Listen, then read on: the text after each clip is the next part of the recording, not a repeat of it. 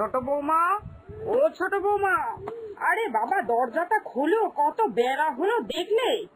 সংসারের কত কাজ পড়ে আছে। বড় খোকাটা তো সকাল সকাল খেয়ে বেরোয়, তার টিফিন, দুপুরের খাবার সব তো তোমায় তৈরি করে দিতে হবে ঠিক সময়। কি গো, ওঠো। অলক্ষী অলক্ষী জুটিয়েছি আমি ঘরের মধ্যে, কাজ করে না, কিচ্ছু করে না, বিনামূল্যে বিয়ে করে ঘরের মধ্যে ঢুকে পড়লো। এখন যেই সংসারের কাজগুলো গতরে খেটে খুঁটে পুষিয়ে দেবে তা নয়, বেলা অবধি পড়ে পড়ে ঘুমোচ্ছে। নিজের বরটা তো তেমন আয়দায় কিছুই করে না, এই সংসারের কটা কাজ করে, তাতেই এত গুমোট। আজ যদি আমার বড় খোকা না খেয়ে কাজে যায়, তাহলে তোমার একদিন কি আমার একদিনেই, আমি বলে দিলাম। কি গো, এত করে ডাকছি, উঠতে পারছো না? আজ যদি আমার বর না খেয়ে কাজে গেছে, এই বাড়িতে কারোর খাওয়া জুটবে না, এই আমি বলে দিলাম। মা, আপনি চলে আসুন, শুধু শুধু ওখানে দাঁড়িয়ে দাঁড়িয়ে সময় নষ্ট করে কোনো লাভ নেই। মহারানীর আজকে ঘুম ভাঙবে না মনে হচ্ছে। তাই তো দেখছি, দেখো না কখন থেকে ডেকে যাচ্ছি, মনে হচ্ছে নাকে সর্ষের তেল দিয়ে একেবারে নিশ্চিন্তে ঘুমোচ্ছে। কোথাকার কোন পাটরানী এলেন রে? গরিব ঘরের মেয়ের আবার এত বেলা অবধি ঘুম কিসের বলো দেখি? ঠিকই বলেছেন, আমার বাপের বাড়ি থেকে কত কিছু বিয়ের সময় দিয়েছিল বলুন তো। আর আমার বাপের বাড়ির একটা স্ট্যান্ডার্ড ছিল, দেখেই বোঝা যায় যে ধনী বাড়ি।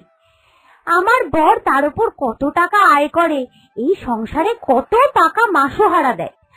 আমি কেন এই সংসারে সমস্ত কাজ করব বলুন তো? ওর বরের তো তেমন রোজগার পাতি নেই। এক যদি ওর বর প্রচুর টাকা আয় করে এই সংসারে বেশি মাসোহারা দিত, তাহলে না হয় ওই টাকা দিয়ে একটা কাজের লোক রেখে দিয়ে ওর বউকে পাটরানি করে রাখা যেত। কিন্তু টাকাও দিতে পারবে না, আবার সংসারের কাজও করতে পারবে না, এরমটা করলে চলে নাকি? আজ ঘর থেকে বেরোক না, আচ্ছা করে দেবো দু চার ঘা, সব ঠিক হয়ে যাবে। ডাকছিলেন মা? আসলে কালকে ভিজে ভিজে বাসনগুলো মেজেছিলাম তো, গতকাল রাত্রে আমার খুব জ্বর এসেছিল, তাই উঠতে একটু দেরি হয়ে গেছে। কি কি রান্না হবে বলুন, আমি এখনই সবটা চাপিয়ে দিচ্ছি। ওরে বাবা, ননির পুতুল একেবারে, গায়ে একটু বৃষ্টি পড়েছিল তাই নাকি ওনার জ্বর এসে গেছিল।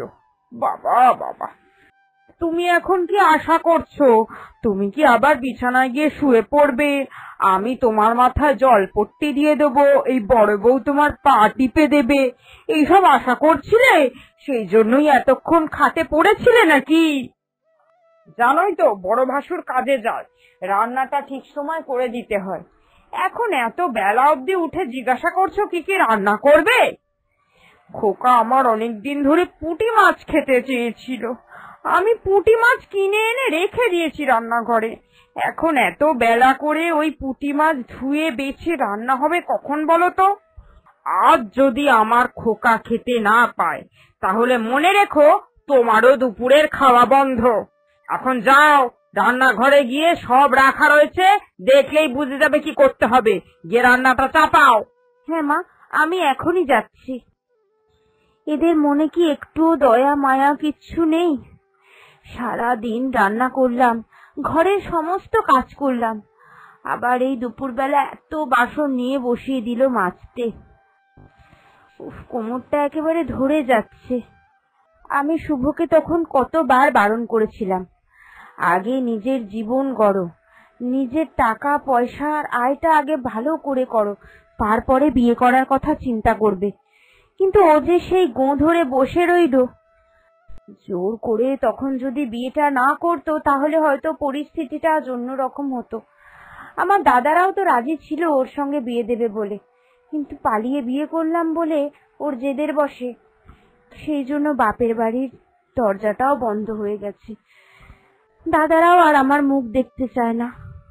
হায় ঈশ্বর, এ আমার কষ্ট কবে শেষ হবে? এই যে মহারানী, দুপুর গড়িয়ে তো বিকাল হতে চললো, তাও বাসন মাজা তোমার শেষ হলো না? একে তো আজকে তোমার দেরির চক্করে দুপুরের খাওয়াটা অনেকটা বেলা করে হয়েছে। এখন কি চাইছো বিকালের চাটাও আমরা দেরি করে খাবো? না না মা, এই তো হয়েই গেছে, আমি তো তাড়াতাড়ি হাত চালাচ্ছি। শোনো, বাসনগুলো মাজা হয়ে গেলে আমার জন্য পান সেজে নিয়ে এসো, আর বড় বৌমা একটু শরবত খেতে চেয়েছে, ওর জন্য একটু শরবত বানিয়ে নিয়ে যেও, কেমন? আচ্ছা মা, ঠিক আছে। উফ, মহারানীর এখন আসার সময় হলো আমার জন্য শরবত নিয়ে। বাবারে, লেবু গাছ পুঁতে সেই গাছ থেকে লেবু তৈরি হওয়ার পর তারপর কি শরবত নিয়ে এলে? সত্যি এরকম ঢিকিস ঢিকিস করে যখন কাজ করবে তাহলে তো তোমার বরকে বলতেই পারো সংসারে প্রত্যেক মাসের মাসোহারাটা একটু বাড়িয়ে দিতে, তাহলেই তো সমস্যার সমাধান হয়ে যায়। তুমি তো সবই জানো আমাদের পরিস্থিতি। শুভ সারাদিন কত কষ্ট করে উপার্জন করে, লেখাপড়া বেশি দূর করেনি বলে কটা টাকার মাইনে পায়, তাই বলে তুমি ওকে এইভাবে চরম অপমান করবে দিদি?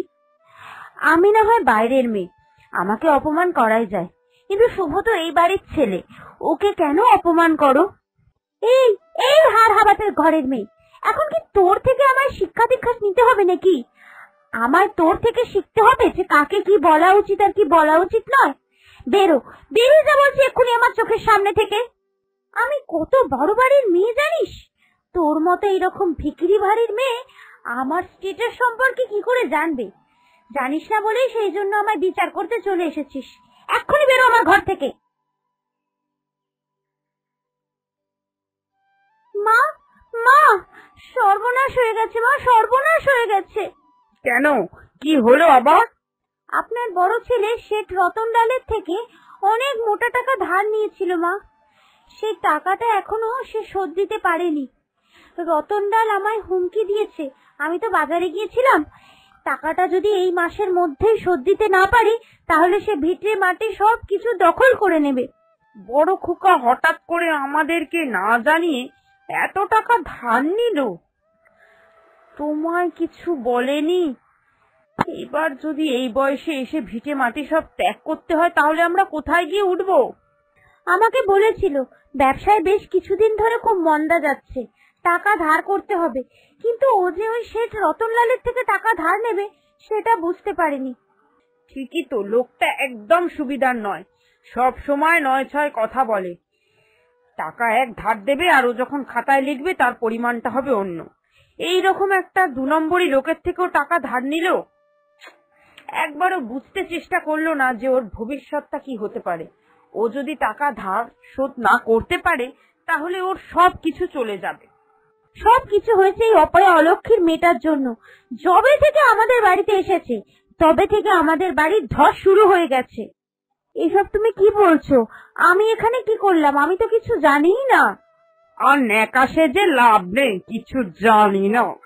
তোমার তো চোখের দৃষ্টি খারাপ, চোখের দৃষ্টি দিয়ে দিয়েছিলে আমার বড় ছেলের প্রতি, যে ভাসুর এত টাকা রোজগার করে, আমার বর কিচ্ছু রোজগার করতে পারে না, ব্যাস অমনি আমার বড় ছেলের রোজগার পাতি বন্ধ হয়ে গেছে।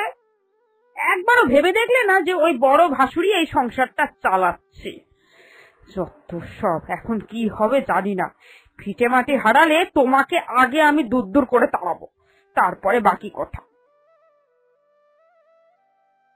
পরের দিন সকালবেলা উঠে কেউই ছোট বউকে আর বাড়িতে দেখতে পেল না।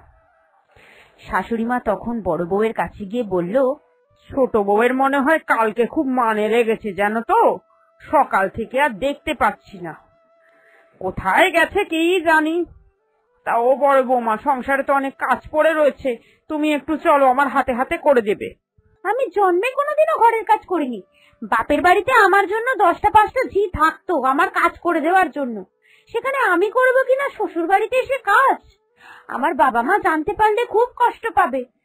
আপনার সঙ্গে সে ঝামেলাও করতে পারে মা, আমি কিছু করতে পারবো না, আপনি আপনারটা বুঝে নিন। ও আচ্ছা ঠিক আছে, ছোট বউ কখন আসবে সেই ভরসায় তো আর থাকা যায় না, তাহলে আর আজ খাওয়া জুটবে না ও যদি না আসে। আমি দেখি যতটা পারি করে নিচ্ছি।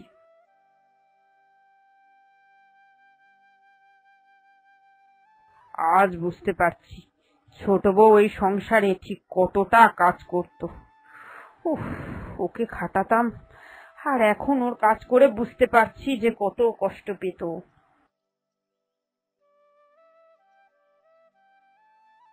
এই দেখুন মা, নবাবদুল আলী এখন আসার সময় পেল। সারাটা দিন গড়িয়ে এই ভর সন্ধ্যেবেলা বাড়ি ঢুকছে বাড়ির ছোট বউ। এই মেয়ে, কোথায় ছিলে এতক্ষণ? কোথায় গেছিলে মুখ পোড়াতে? আরে শোনো আগে আমার কথা। কালকে তোমরা ধারের কথা বলেছিলে না, আমি তো আমার দাদার বাড়ি গেছিলাম। আমরা তোমার সঙ্গে এত বাজে ব্যবহার করতাম, আর তুমি কিনা আমাদেরকে বিপদ থেকে রক্ষা করার জন্য নিজের জন্য জমানো অর্থ খরচ করে দেবে। এখানে আমাদের আপনাদের কি আছে মা? আমরা তো সবাই একই বাড়ির লোক, বিপদ হলে তো আমাদেরও হবে। সেই জন্যই আমি বাড়িটাকে বাঁচানোর জন্য, দাদার সম্মান রক্ষার জন্যই এই কাজটা করতে বাধ্য হয়েছি।